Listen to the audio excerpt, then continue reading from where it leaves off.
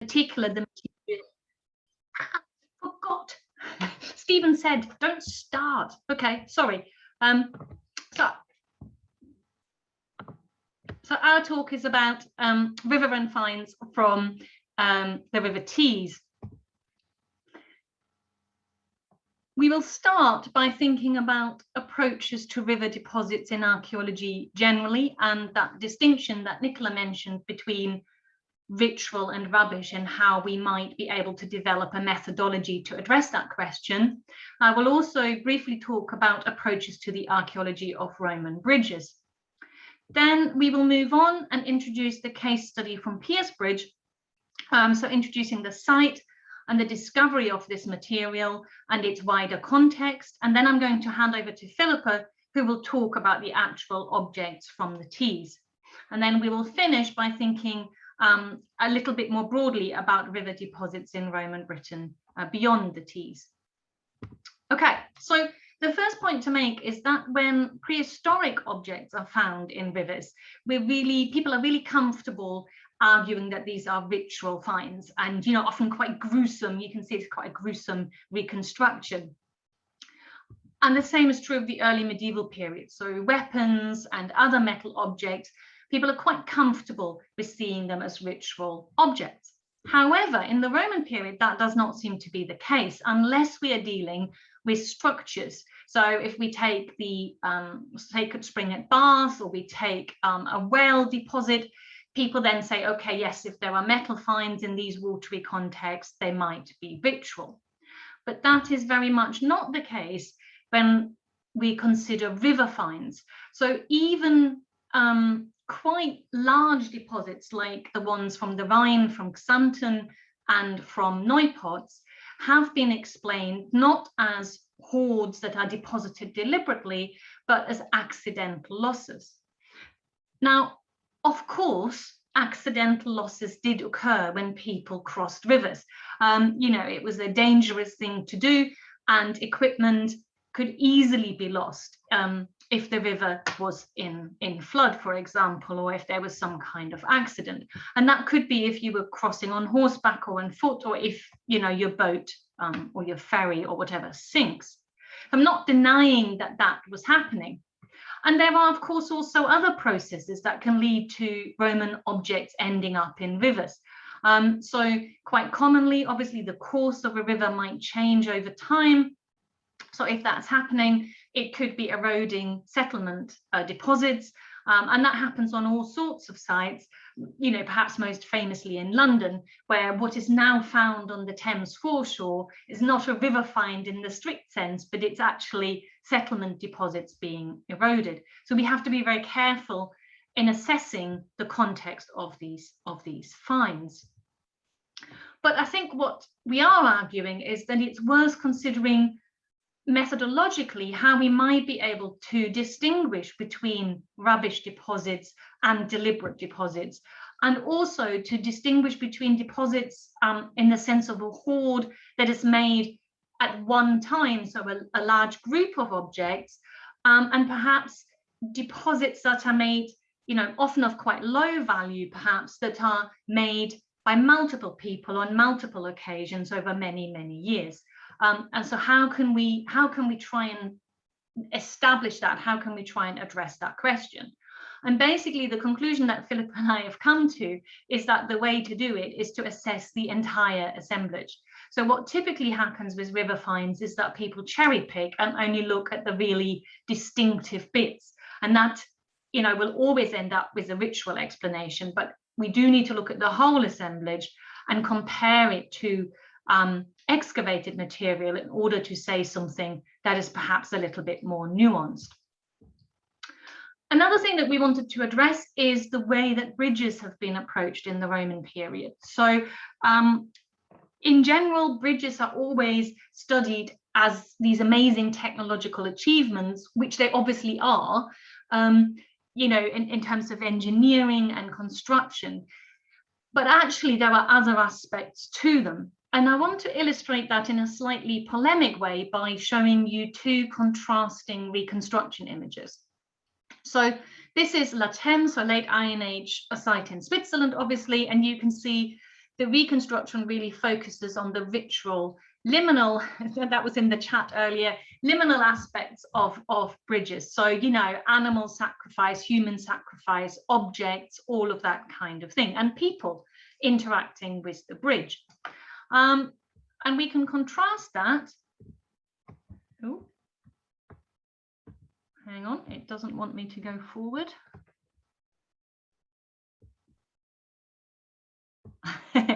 Okay, just as I'm about to be rude about Roman bridges, the PowerPoint is slightly frozen. Hang on.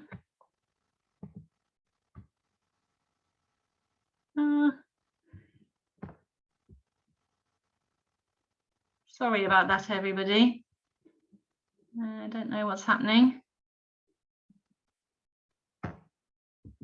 It's not letting me go forward.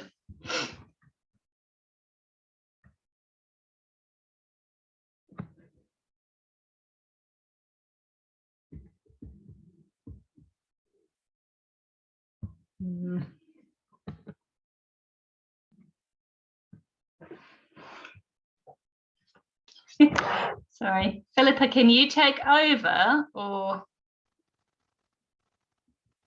Unfortunately, it's on my other laptop. I'm on my work computer. So okay, let's see. Maybe try closing it down and opening it again. Okay, I can't try. Ah, here we go. Here we go. Is that working? Can you see this? Okay, just so that, sorry, as I was being rude about Roman bridges. So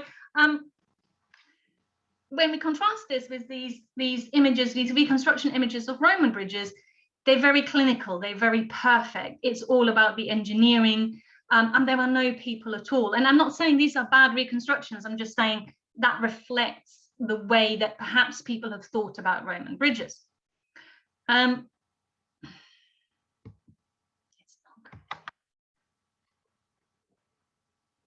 do not understand why this is happening. Sorry, everybody.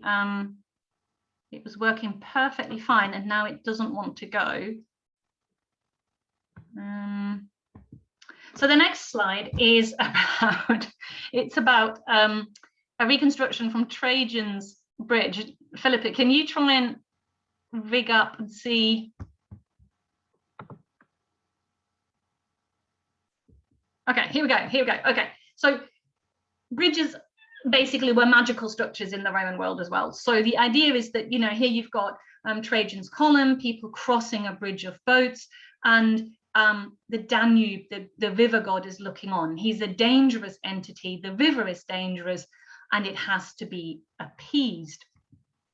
And the very word pontifex means, of course, bridge builder. So bridges are also the connection between different worlds. So the broader point I'm making is bridges are significant, they have ritual meaning. And we can see that by looking at some examples here of carvings on bridges, which are clearly designed to protect the bridge and perhaps also protect the people crossing the bridge. And again, this is from Trajan's column. You can see the bridge of Apollodorus in the background and a sacrifice being made there. So we know that when a bridge was built, sacrifices were necessary, but also when people crossed major rivers, sacrifices had to be made. There were shrines at bridges and altars. It's just that we perhaps haven't talked about these as much. Okay, so having given that broader background, what I'm going to do very briefly now is introduce Piercebridge, the case study. Many of you will be familiar with the site. So Piercebridge is on Deer Street, which runs from York up towards Hadrian's Wall, and is obviously one of the major roads for Roman Britain. Now, at Piercebridge, in terms of the excavation history, we have quite a complex sequence. We have late Iron Age and Roman finds from a site called Holmes House, which is just to the southeast. There is then a civilian settlement in Toft's Field in the middle of the slide. Now, there are a series of bridges. You can see the Stone Bridge, which is the modern road. That's an 18th century bridge. And then a bridge called Bridge 1 here on the original alignment of Deer Street. And then Deer Street is realigned and another bridge is put in. this river crossing must have been of military significance, and people have long looked for a Flavian fort, which has not been found, but there is later military activity attested and a 3rd century fort as well. Now, 2 gentlemen, Rolf Mitchinson and Bob Middlemass, since the 80s have been diving in this area, and they recovered thousands of Roman objects, which they brought to the attention of Philippa, who was at the time the FLO for that region. Now they dived, so this is an aerial view, so you can orientate yourself again. So the fort is under the modern village, the modern bridge. Then bridge 1 is a bridge that they discovered, which dates, we think, to the very early 1st century in the region. It may even predate the conquest. Then there is the timber bridge that I've mentioned on the main alignment of Deer Street, which must date to about AD 90 from the dating of the settlement. And then the later 2nd, early 3rd century stone bridge. And the finds that these 2 divers made, they're from this, mainly from this area circled in red, just downstream from the original Deer Street bridge. Now, the earlier bridge may be something to do with Stanik. I mean, we're not sure. It could be a very early Roman bridge, or it could relate to the oppidum at Stanik, where Colin Hazelgrove has argued that the northeast gate links to a pathway that would have crossed the river at Piercebridge. The bridge on Deer Street, 1930s, timbers were visible, and the divers have recorded a lot of material, but unfortunately their plans are not very reliable. So there are clearly multiple phases which they didn't quite understand. There are some radiocarbon dates, but again, it's very difficult to make sense of this. So I think there were probably multiple phases to this bridge. And they recorded their finds only in a very general way. So we can't match finds to specific location spots. We know that most of the material is just downstream from the bridge, but we can't say much more than that. And I'm going to hand over to Philippa to talk about the thousands of objects that have come up. Thanks, Hella. So when I took up post as Finds Liaison Officer for the East, Bob and Rolf came in to see me with about 50 ice cream tubs, and they included more than 3,700 objects from the River Tees, plus bags and bags of animal bone and 40 kilos of pottery. I started cataloguing these finds in 2003 when I was Finds Liaison Officer, and I finished last year. And that was only made possible by help from a huge number of volunteers and students at Reading and other universities who photographed, measured, packaged all this material up for me. And it's now all gone off and been acquired by the Durham Archaeology Museum at the University of Durham.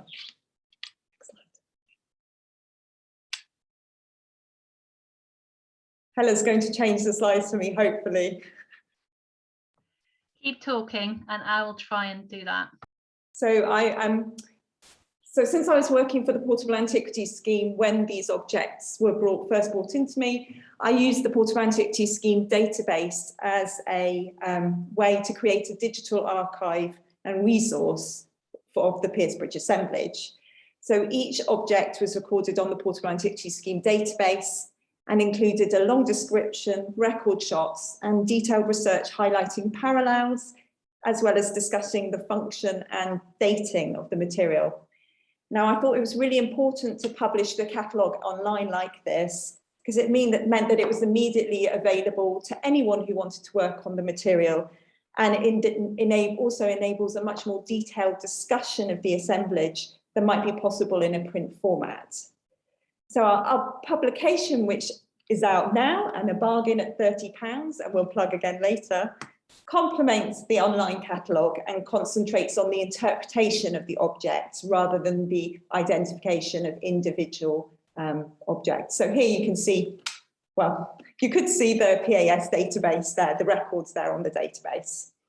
So, next slide.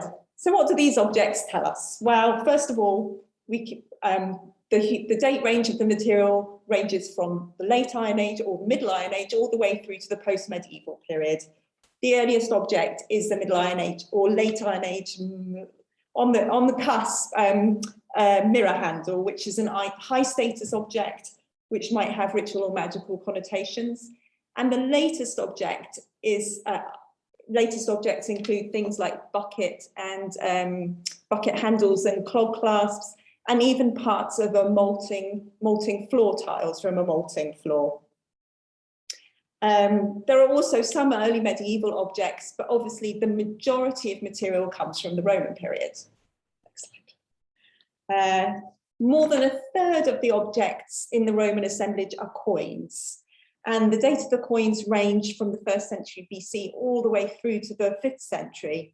However, the majority of coins issued come from the late 1st to early 3rd century, and there's a particular peak in the Antonine period, so that's AD 138 to 161, and the Severan period, AD 192 to 222. As you can see, this completely contrasts with the material from the excavations at Piercebridge that were recovered throughout the 20th century and recorded and reported on by Richard Brigstock in 2008. This suggests that there are really different processes of deposition going on at Piercebridge in the river and on the site. Next slide. Oh no. So the datable objects from the site echo the dates of the coin assemblage, and they present a really similar picture. So we've got a lot of objects that can be dated to the 1st century through to the early 3rd century amongst the datable objects in the assemblage. They're from the excavations, though the emphasis is on late 3rd and 4th century material. So again, there's something different going on in the river to what's going on the site. Fortunately, we could complement the artifactual dating with C14 dates from animal bone, and we had 5 samples of animal bone taken for C14 in Glasgow, and they all came back with Roman dates, and they mirror the dates for both the coin and the artifact assemblage. So it seems that the objects we have coming from the river span the early and mid-Roman period, but with an emphasis on deposition in the 2nd and early 3rd centuries. So we have that, the dating of the assemblage. We also have a huge range of material coming from the river. There's a remarkable array of objects recovered, and it makes it a really key assemblage for understanding material culture in northern Britain in the Roman period. There are objects of personal adornment like brooches and finger rings. There are household objects like bits of lanterns and box fittings. There are lots of coins, there are figurines, and there is also a lot of military equipment. Rather than attempting to summarize the whole assemblage now, category, I'm just going to concentrate on what some of the objects can tell us about the identity of the people who were depositing them at Piercebridge.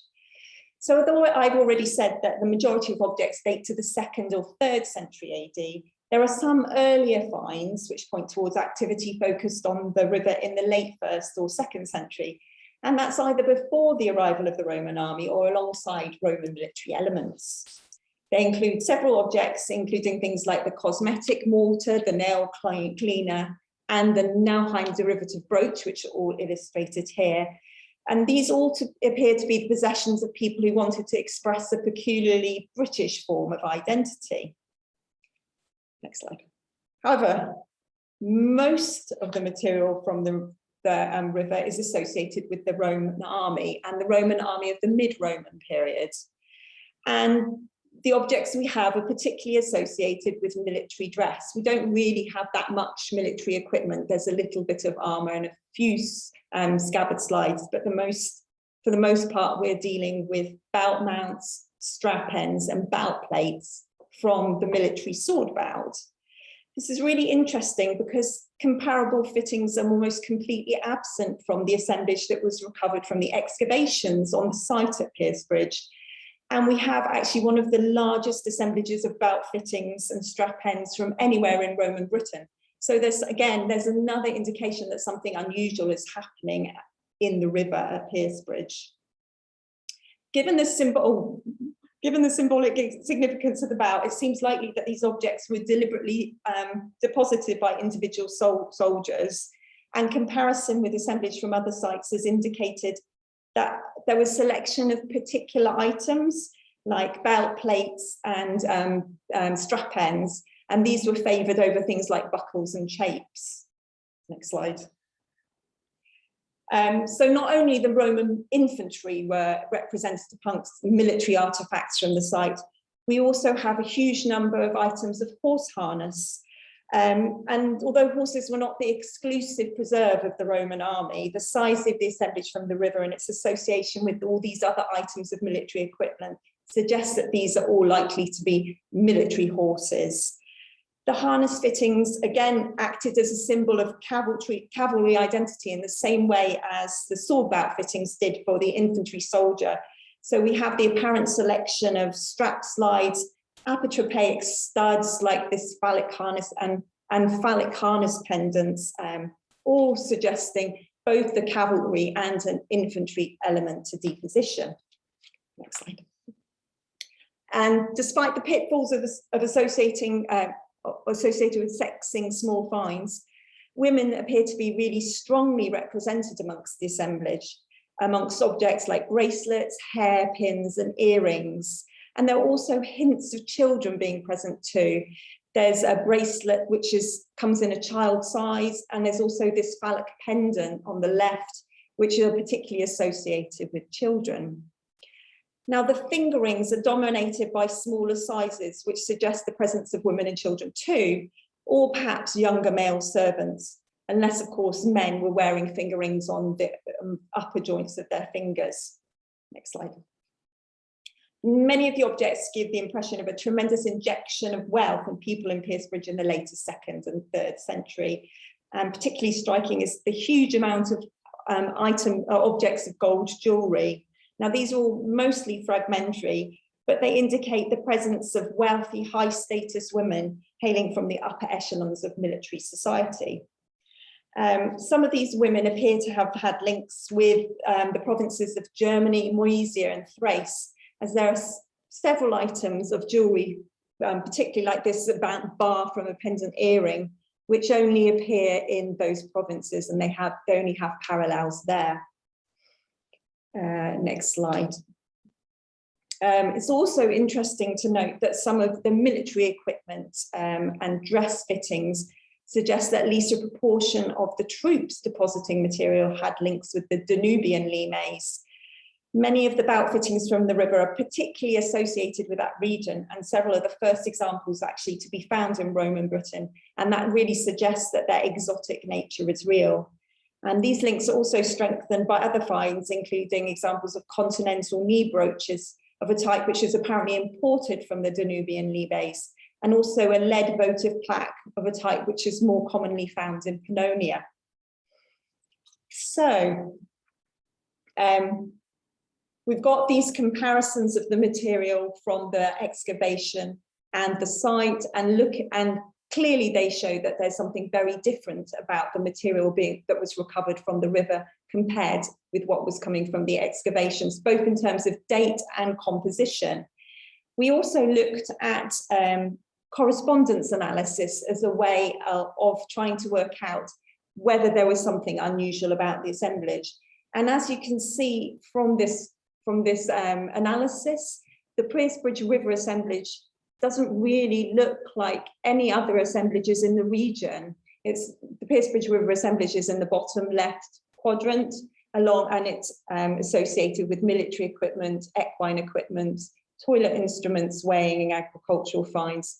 But the other assemblages that we've looked at in the region are not in any way comparable. The Piercebridge excavation is a completely different quadrant. The bottom right one, Winchester, is, so they're all completely different. So there's something very different going on, something very odd. And I'm going to pass you back to Helen now for the final few. Thank you very much. So I think the argument that we're making as a whole is that it's really important to look at the entire assemblage, to look at the pottery, the animal bone, and all the finds, and then to run these comparisons with the excavated material, the material that's found in normal contexts on land, if you like, nearby. And I think that what it will enable us to do, so in theory, you're going to see a reconstruction, I'll just keep talking and pressing the button, is to change the way that we think about these assemblages and think about Roman bridges and deposits near Roman bridges. So we worked with an artist called Aaron Watson, and when this computer gets to work, I'll show you the reconstruction image.